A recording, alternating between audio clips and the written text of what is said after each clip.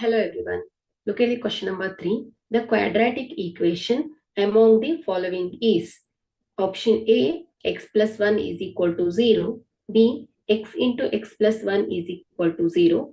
C, x into x square plus 1 is equal to 0. D, x into x plus 1 is equal to x square. Okay.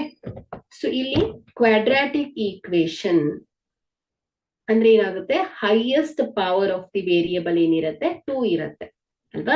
So general form of quadratic equation ax square plus bx plus c is equal to 0. So here a is not equal to 0. So ಇದು quadratic equation in general form. So ಇಲ್ಲಿ highest power ಏನಿರುತ್ತೆ ಹೇಳಿ 2 ಇರುತ್ತೆ ಅಲ್ವಾ. So ಇಲ್ಲಿ ಕೊಟ್ಟಿರುವಂತಹ option ಅಲ್ಲಿ highest power 2 ಇರುವಂತದನ್ನ ನೋಡ್ಬೇಕು. So first option ಅನ್ನ observe ಮಾಡಿದ್ರೆ, so here this is linear equation. So ಯಾಕಂದ್ರೆ highest power of x is 1. So ಹಾಗಾಗಿ it is not a quadratic equation.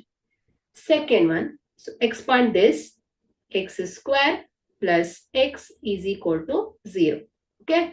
So this gives x square plus x is equal to 0. So this fits the general form ಅಲ್ವಾ.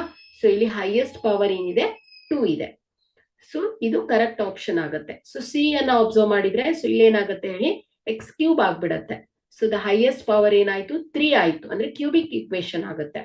So D X square X square, so X square cancel ಆಗ್ಬಿಟ್ರೆ only highest power ಏನಿರುತ್ತೆ 1 ಇರುತ್ತೆ, ಅಂದ್ರೆ ಇದು ಕೂಡ linear equation ಆಗೋಯ್ತು. So ಇದು ಕೂಡ ಸರಿ ಆಗಲ್ಲ. ಹಾಗಾದ್ರೆ ಇಲ್ಲಿ ಕೊಟ್ಟಿರುವಂತಹ ಆಪ್ಷನ್ ಅಲ್ಲಿ ಸಿ ಅಲ್ವಾ. So this is the quadratic equation. Okay. So B X into X plus 1 is equal to 0. So correct option.